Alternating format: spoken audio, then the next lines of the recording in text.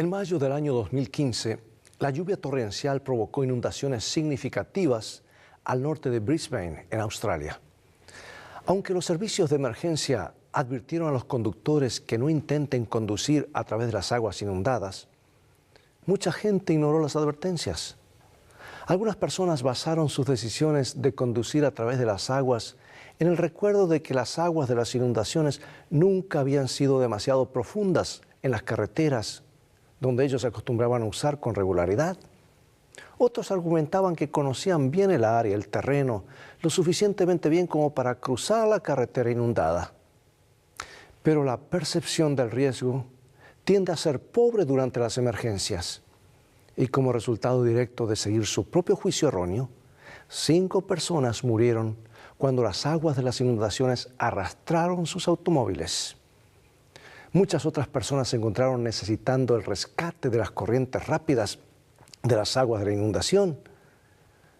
La tendencia humana a hacer lo que parece correcto en base al juicio personal a menudo conduce a problemas que crean desarmonía y desunión.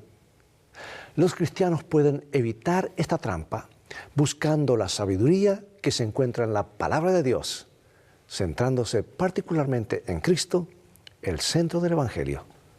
Sin embargo, la desobediencia y la tendencia a seguir inclinaciones personales crean condiciones que fomentan la desunión. Estudiemos este tema. Mantente en sintonía y en unos segundos regresaré.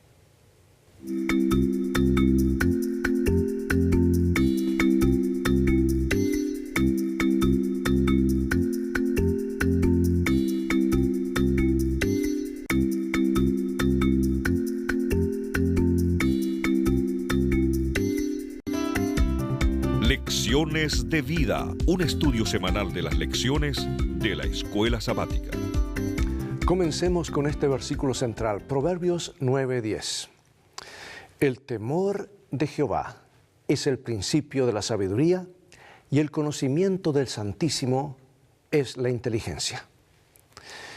Los profetas del Antiguo Testamento exhortaron repetidamente al pueblo de Israel a obedecer las instrucciones de Dios.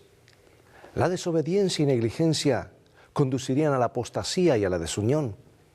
La obediencia a las leyes de Dios fue concebida como un medio para proteger al pueblo de las consecuencias naturales del pecado y para santificarlos en medio de muchas naciones extranjeras. Hacer la voluntad de Dios crearía armonía entre las personas y fortalecería la resolución de la comunidad. De poder resistir las incursiones y las prácticas de adoración pagana, y del mal que los rodeaba desde casi todas las direcciones, o sea, sería como un escudo, como un muro que los ayudaría. Ahora, la intención de Dios era que su pueblo fuera santo y que fuera testigo ante las naciones, todas las naciones que lo rodeaban. Tal como el Señor le dijo después de liberar a los hebreos de Egipto en Deuteronomio capítulo 4, versículos 5 y 6. Mirad, yo os he enseñado estatutos y decretos, como Jehová mi Dios me mandó, para que hagáis así en medio de la tierra en la cual entráis para tomar posesión de ella. Guardadlos, pues, y ponedlos por obra, porque esta es vuestra sabiduría y vuestra inteligencia ante los ojos de los pueblos, los cuales oirán todos estos estatutos y dirán: ciertamente pueblo sabio y entendido, nación grande es esta. Estas palabras, amigos, son válidas para nosotros hoy. Son palabras poderosas. Jesús siempre dice la verdad. Él no se equivoca. Y tenemos que valernos de estas promesas de tal manera de hacerlas nuestras. Dios promete algo y, como alguien dijo, las promesas de Dios son como cheques en blanco firmados por Dios. Ve y cóbralos porque están respaldados por el banco del cielo. Sí, podemos confiar en la palabra de Dios. Así que no hay duda que si ellos se mantenían fieles, su pueblo sería grandemente bendecido y una bendición para otros. La infidelidad, sin embargo, conduciría a una serie de problemas, siendo la desunión solo uno de muchos. La historia del pueblo de Israel está llena de relatos de desobediencia y anarquía, seguidas por el retorno a Dios y de obediencia y de desobediencia y para atrás y para adelante y luego continuar con más desobediencia y conflictos. Y sabes que este patrón se repite una y otra vez. Cada vez que el pueblo de Dios siguió conscientemente su voluntad, o sea, la voluntad de Dios, fue bendecido con paz y vida. Pero cada vez que desobedecieron y siguieron sus propios caminos, sus vidas se volvieron miserables y fueron motivo de maldición para todos los que los rodeaban, para ellos y para los demás. Así que vinieron guerras y enfrentamientos y toda clase de problemas, pestes, enfermedades, incluso antes de que Israel entrara en la tierra prometida. Dios había predicho este patrón y ofrecido la solución para evitar tales consecuencias nefastas en su existencia. ¿Qué bendiciones recaerían sobre Israel si el pueblo era obediente a la voluntad de Dios? Deuteronomio 28, 1 al 14. Escucha, esto es maravilloso. Acontecerá que si oyeres atentamente la voz de Jehová tu Dios, para guardar y poner por obra todos sus mandamientos que yo te prescribo hoy, también Jehová tu Dios te exaltará sobre todas las naciones de la tierra. Te pondrá Jehová por cabeza y no por cola, y estarás encima solamente y no estarás debajo. Si obedecieres los mandamientos de Jehová tu Dios que yo te ordeno hoy, para que los guardes y cumplas, y si no te apartares de todas las palabras que yo te mando hoy, ni a diestra ni a siniestra, para ir tras dioses ajenos y servirles. ¡Qué promesa maravillosa! Son joyas de las Escrituras, que aunque están en el Antiguo Testamento, son válidas para nosotros hoy también. Dios promete y Dios cumple. Pero hay otra apelación importante mencionada que nos dice sobre el amor y la paciencia de Dios para su pueblo. Jeremías capítulo 3, versículos 14 al 18, nos dice así, Jeremías 3, 14 al 18. Convertíos, hijos rebeldes, dice Jehová, porque yo soy vuestro esposo. Yo os tomaré 1 de cada ciudad y 2 de cada familia, y os introduciré en Sión. Y os daré pastores según mi corazón, que os apacienten con ciencia y con inteligencia. Dios sigue prometiendo, porque Dios quiere cumplir, Dios quiere bendecir. Ahora, lo que es asombroso en el libro de Jeremías es cómo Dios se muestra amoroso, misericordioso y generoso hacia su pueblo, a pesar de sus rebeliones, a pesar de su división e idolatría, y algunos se volvieron peores que los paganos en la idolatría. Dios constantemente está invitando a su pueblo a regresar a Él y arrepentirse de sus iniquidades. Y aquí quiero hacer una pausa y decir algo. A veces tenemos la concepción de que pecado es lo que hacemos solamente, pero amigo y amiga, pecado es más que eso, es nuestra naturaleza, es lo que somos. Así que Dios tiene que ingresar a nuestra vida, darnos un nuevo nacimiento, una nueva naturaleza, para que aprendamos a gustar lo que es bien y odiar lo que Él odia, que es pecado, que en definitiva nos separa y nos aparta de Él y nos conduce a la muerte. Y Dios, que quiere la vida, y les dijo, arrepentíos y vivid. Una y otra vez Dios prometió la restauración y la esperanza para el futuro. Las palabras de Jeremías fueron dichas en tiempos de desinterés generalizado por la palabra de Dios. Aunque algunas reformas fueron iniciadas en tiempos del rey Josías, la mayoría de la gente no sintió ninguna necesidad espiritual de continuar en obediencia fiel a Dios. Sus pecados, idolatrías y vidas egocéntricas estaban causando la ruina espiritual y política. Cuanto más se volvían a hacer la voluntad de Dios, más terribles serían sus perspectivas del futuro. Se separaban de Dios, se separaban de la vida, andaban sin rumbo. Sin embargo, a través de Jeremías, Dios les imploraba y les rogaba. Y Dios tenía en mente un futuro mejor para ellos. Y anhelaba traerlos de vuelta a la prosperidad, la unidad y a la salud. Pero esto podría venir solo si vivían por fe y todo lo que esa fe verdadera conlleva. Aplicando esto a nuestros días, pregunto, ¿cómo se ha evidenciado en tu propia vida la diferencia entre la obediencia y la desobediencia? ¿Estás haciendo de la palabra de Dios tu guía realmente? Los relatos del libro de Jueces muestran numerosas consecuencias nefastas que sufrió Israel por no seguir la voluntad del Señor.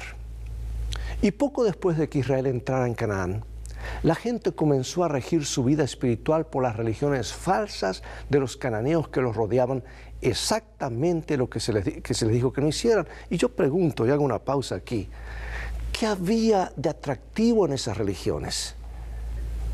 ¿Será que era una mezcla de adoración pagana, ídolos, sexo, todo junto? Aparentemente eso es lo que indican las excavaciones, donde el pueblo se sentía atraído a esas prácticas inmorales y paganas. Pregunto, ¿no ocurre lo mismo hoy con la atracción que ofrece el mundo a tantas cosas que nos quitan el gusto por la palabra de Dios? Pero desafortunadamente, ese no era el único problema que estaban enfrentando los israelitas. Mira lo que dice el libro de Jueces, capítulo 17. Jueces 17, 6, 21, 25. En aquellos días no había rey en Israel. Cada uno hacía lo que bien le parecía. En esos días no había rey en Israel y cada uno hacía lo que bien le parecía. No hay mejor receta, ¿sabes?, para la división y la desunión en el pueblo de Dios que seguir lo que cada uno quiere hacer. La unidad de la nación se hallaría en la obediencia incondicional al Señor del pacto, el pacto que habían establecido con Dios. Sin embargo, al hacer lo que les parecía bien a sus ojos, sobre todo porque estaban siendo influenciados por las naciones circundantes, estaban en el camino seguro hacia el desastre.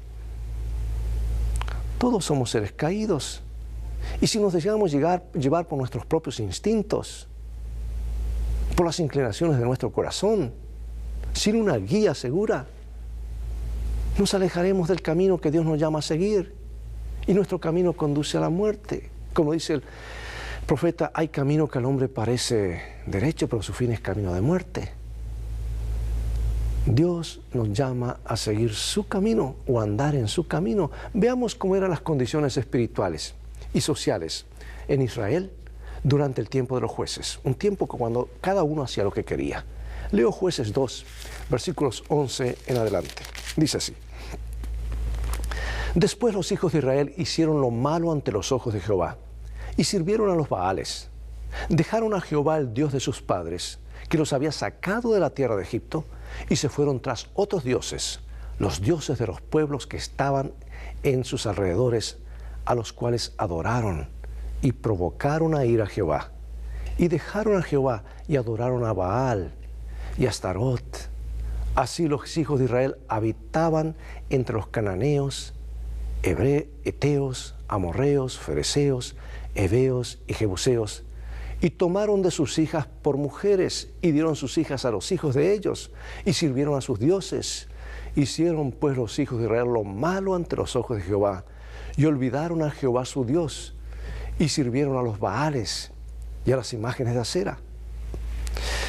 Triste descripción, que mirando a nuestro mundo hoy es más o menos lo que está pasando. Mira lo que dice Elena de White en el libro Profetas y Reyes, capítulo página 14, por favor. Dice: por medio de Moisés, Dios había presentado a su pueblo los resultados de la infidelidad.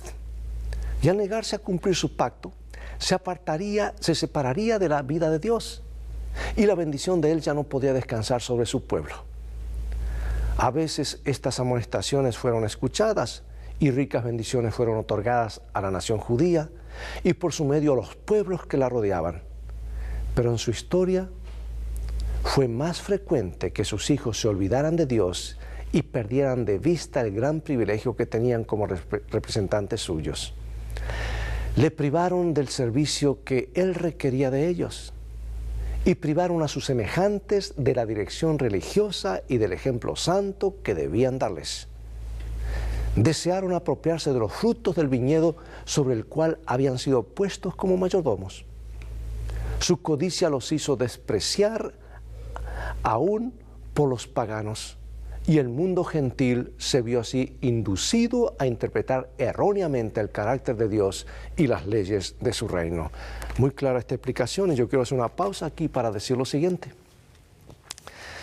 Hay un mandamiento que dice no hurtarás, pero ¿sabes tú cuántas veces estamos hurtando a otros bendiciones que Dios quiere darles a través de nosotros?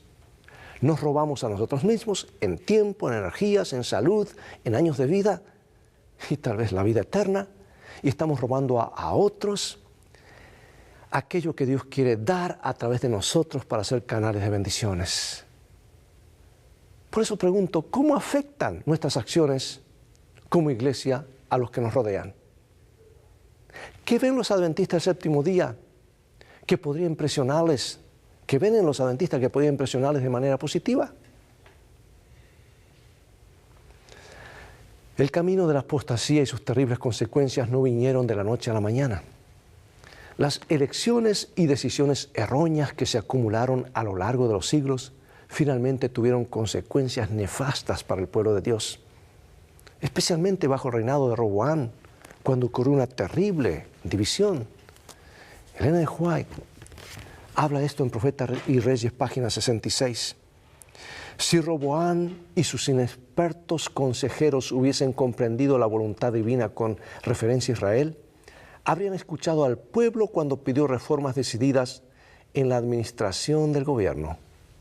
Pero durante la hora oportuna, en la asamblea de Siquem, no razonaron de la causa al efecto y así debilitaron para siempre su influencia sobre el gran número del pueblo. La resolución que expresaron de perpetuar e intensificar la opresión iniciada durante el reinado de Salomón estaba en conflicto directo con el plan de Dios para Israel y dio al pueblo amplia ocasión de dudar de la sinceridad de sus motivos. En esa tentativa imprudente y cruel de ejercer el poder, el rey y los consejeros que eligió revelaron el orgullo que sentían por su puesto y su autoridad. Que de paso, Dios da y Dios quita, y usar mal lo que Dios da es realmente algo terrible. Por eso la historia de Roboam y su precipitada e imprudente decisión de agravar el yugo de su pueblo es un triste acontecimiento en la vida del reino de Israel. El rey buscó el consejo de dos grupos de consejeros, pero su decisión final de seguir el consejo de hombres jóvenes, menos experimentados de su edad, produjo una catástrofe en el reino que habían construido su padre Salomón y su abuelo David durante los 80 años previos. Y aquí quiero hacer una pausa. Es bíblico, hermano y hermana, amigo y amiga, poner personas de edad con personas jóvenes. Ambos se complementan. Conozco lugares donde desprecian a las personas que tienen cierta edad. Y es más, incluso los jubilan antes porque solamente quieren jóvenes. Sí, los jóvenes hacen mucho.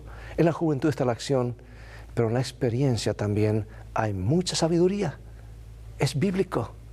El ir solamente por el lado de los jóvenes es importante, pero ¿sabes qué? Hay más posibilidades de riesgos y de errores y de avances a cosas erróneas. Es bíblico. ¿Cómo se veneraba la edad en los tiempos bíblicos? Cuanto más años tenían, se los consideraba más llenos de sabiduría. Un buen ejemplo de lo que nuestra iglesia debe ser hoy alrededor del mundo. Y el consejo que el rey debía intimidar a la muchedumbre, declarando que él era más duro que su padre, era un consejo absurdo. Los jóvenes asesores creían que simpatizar con las demandas de la gente por un trabajo menos riguroso no era el estilo de liderazgo que el rey debía adoptar. Él debería, dijeron, presentarse como despiadado y cruel en su lugar. Y al final se mostró a sí mismo como un matón, indigno de la lealtad y fidelidad de su pueblo. Y como resultado, se produjo una división dentro del pueblo de Dios que nunca debería haber estado allí y que nunca estuvo en el plan de Dios para su pueblo. Lo que esto nos debe decir es que como adventistas del séptimo día, no podemos dar por sentada nuestra unidad y fe de fe y misión. Las divisiones y peleas pueden socavar la unidad de nuestra iglesia hoy, a menos que el amor y el señorío de Cristo nos una a Él. Desafortunadamente, el tema de la desunión dentro del pueblo de Dios no terminó ni siquiera en tiempos del Nuevo Testamento. Por ejemplo, los primeros 4 capítulos de la primera epístola de Pablo a los Corintios son un llamado a la unidad. Mientras que estaba en Éfeso, Pablo escuchó que varias desavenencias se habían iniciado en la iglesia de Corinto. Dado esto, comienza su carta con un largo discurso sobre la unidad de la iglesia y la necesidad de evitar el cisma. Pablo está preocupado por estos acontecimientos y busca proporcionar un consejo inspirado para remediar esta situación desafortunada. ¿Y cuál parece haber sido la causa de la desunión, de sus divisiones y peleas? Mira, 1 Corintios 1, 10 al 17, nos dice así. Os ruego pues, hermanos, por el nombre de nuestro Señor Jesucristo, que habléis todos una misma cosa, y que no haya entre vosotros divisiones, sino que estéis perfectamente unidos en una misma mente y un mismo parecer. Porque he sido informado acerca de vosotros, hermanos míos, por los de Cloé, que hay entre vosotros contiendas. Quiero decir que cada uno de vosotros dice, yo soy de Pablo, yo soy de Apolos, yo soy de Cefas y yo soy de Cristo. ¿Acaso está dividido Cristo? ¿Fue crucificado Pablo por vosotros? ¿O fuisteis bautizados en el nombre de Pablo? Doy gracias a Dios de que a ninguno de vosotros he bautizado, sino a Crispo y a Gallo, para que ninguno diga que fuisteis bautizados en mi nombre. También bauticé a la familia de Estéfanas. De los demás no sé si he bautizado a algún otro, pues no me envió Cristo a bautizar, sino a predicar el Evangelio, no con sabiduría de palabras, para que no se haga vana la cruz de Cristo. Bueno, aquí tenemos la preocupación de Pablo de que no haya contiendas. Se preocupó por sus hermanos y hermanas en Corinto. Luego que alguien del pueblo de Cloé, de la familia, le habló sobre las divisiones y peleas entre ellos. Sus palabras de apertura muestran lo profundo de su preocupación. Pablo quería que se detuviera todo lo que estaba causando esa disputa y división. Y Pablo recuerda a los corintios que los cristianos son llamados a seguir a Cristo, no a un ser humano. No importa cuán talentosa, dotada o llamada esta persona pueda ser. En tanto parecían haberse dividido en facciones políticas, el apóstol indicó inequívocamente que tal división no estaba de acuerdo con la voluntad de Cristo. Afirmó que la unidad cristiana está centrada en Cristo y en su sacrificio en la cruz. La unidad cristiana encuentra su fundamento en la verdad centrada en Jesucristo y en este crucificado y en nadie más. No importa cuán buen mentor o predicador o líder esa persona pueda ser, al pie de la cruz estamos todos en el mismo nivel. Nuestro bautismo es en Jesús, el único que nos puede limpiar del pecado. Sin embargo, debemos trabajar en pro de esta unidad en Cristo de forma práctica. Por eso pregunto, ¿cómo podemos aprender a evitar el tipo de peligros con los que Pablo lidiaba aquí? ¿Por qué debemos siempre tener cuidado respecto a cuánta lealtad le damos a cualquier persona que no sea Cristo? El apóstol previó que vendrían los lobos. ¿Y qué deben hacer para evitar que esto ocurriera? Hechos capítulo 20, versículos 25 al 31. Hablo de lobos rapaces y dice, ahora he aquí, yo sé que ninguno de vosotros, de todos vosotros, entre quienes he pasado predicando el reino de Dios, verá más mi rostro. Por tanto, yo os protesto en el día de hoy que estoy limpio de la sangre de todos, porque no he rehuido anunciaros todo el consejo de Dios. Por tanto, mirad por vosotros y por todo el rebaño en que el Espíritu Santo os ha puesto por obispos para apacentar la iglesia del Señor, la cual Él ganó por su propia sangre. Porque yo sé que después de mi partida entrarán en medio de vosotros lobos rapaces que no perdonarán al rebaño. Y de vosotros mismos se levantarán hombres que hablen cosas perversas para arrastrar tras sí a los discípulos. Por lo tanto, velad, acordándonos que por 3 años, de noche y de día, no he cesado de amonestar con lágrimas a cada uno. Y aquí tenemos, durante su ministerio, Pablo a menudo se enfrentó a la oposición y sabía que sería difícil preservar la pureza del Evangelio de Jesucristo. Y en su despedida a los ancianos de Éfeso, tomó los elementos de la analogía del vigilante de Ezequiel 33 para decirle a sus compañeros líderes que ellos también eran responsables de salvaguardar el Evangelio. Ellos deberían ser pastores fieles en las congregaciones. Y el uso que Pablo hace de la expresión lobos salvajes o rapaces para describir a los falsos maestros nos recuerda la advertencia similar que Jesús hiciera de que los falsos maestros se disfrazan como ovejas. Y estos falsos maestros surgieron poco después que Pablo hizo esta advertencia y se aprovecharon de los creyentes en las iglesias asiáticas que él había estado estableciendo.